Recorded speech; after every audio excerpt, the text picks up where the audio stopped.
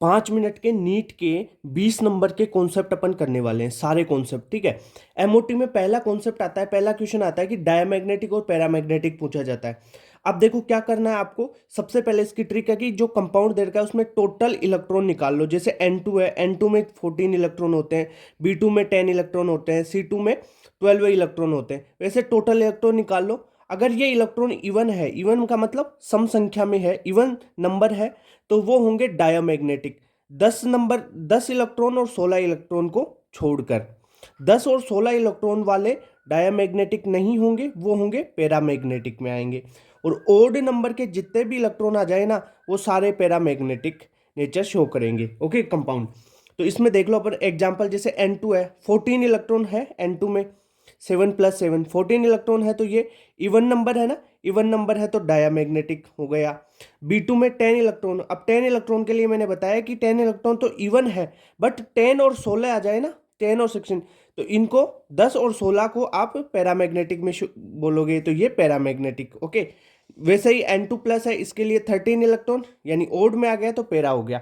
Okay, ये concept clear हुआ। अब अपन दूसरा कॉन्सेप्ट देखते हैं इसका, जो बॉन्ड ऑर्डर है ना, उसकी ट्रिक। बॉन्ड ऑर्डर की ट्रिक क्या है कि आपको वही टोटल नंबर ऑफ इलेक्ट्रॉन देखने हैं। टोटल नंबर ऑफ इलेक्ट्रॉन देख लिए, इसके बाद में आपको देखना है कि 14 इलेक्ट्रॉन, जो 14 इलेक्ट्रॉन है उस पे बॉन्ड ऑर्डर 3 है। बॉन्ड ऑर्डर उस पे कितना है, 3 है। इससे ऊपर जाओगे, इससे नीचे आओगे, तो 0.5 आपको कम करते जाना है, और इधर भी 0.5 जैसे जैसे कम करते जाओगे, यानी 13 इलेक्ट्रॉन है तो 2.5, 12 है तो 2, वैसे ठीक है, 0.5 कम करते जाओगे, नीचे भी 0.5 कम करते जाओगे।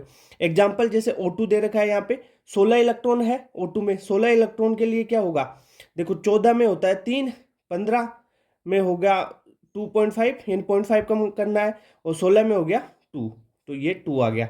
ओके। इसी प्रकार B2 में 10 इलेक्ट्रॉन है, 10 इलेक्ट्रॉन के लिए 1 होता है, इसे निकाल लो आप, ठीक है। ये चीज समझ में आएगी ना।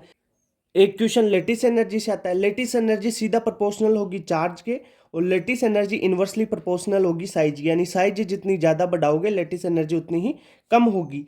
फॉर एग्जांपल जैसे Mg2+ है और Na2O- है। अब यहाँ पे Na+1 में है और यहाँ पे Mg+2 में है। अब चार्ज किस पे ज़्यादा है, चार्ज Mg पे ज़्यादा है, तो इसकी लेटिस एनर्जी ज़्यादा होगी। इतनी बात क्लियर।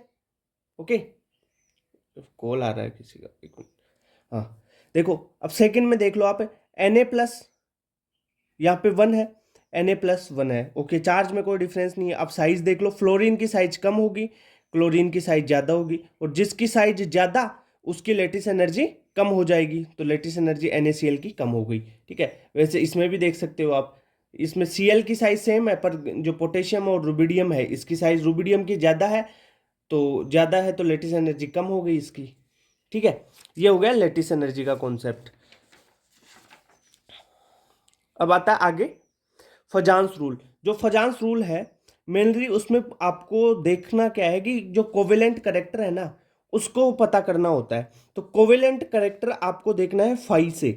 जो पोलराइजिंग पावर है ना, वो साइज ऑफ एनायन बटा साइज ऑफ कैटायन होती है।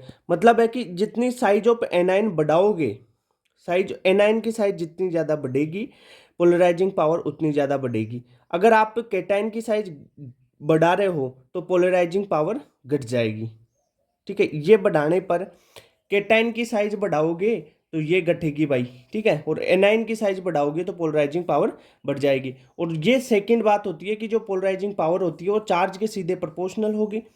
ओके, इतनी बात क्लियर। अब नेक्स्ट है कि जो पोलराइजिंग पावर है वो सीधा प्रोपोर्शनल होती है कोवेलेंट करेक्टर, यानी कोवेलेंट करेक्टर जितने ज़्यादा होंगे, कोवेलेंट करेक्टर जितने ज़्यादा होंगे उसका फाई भी उतना ज़्यादा होगा। तो आप देख लो, कोवेलेंट करेक्टर के इन्वर्सली प्रोपोर्शनल क्या होता है, आयनिक करेक्टर, यानी फाई जितना ज़्यादा तो आयनिक करेक्टर कम हो गए। एग्जाम्पल देख लो, SnCl2 और SnCl4 है।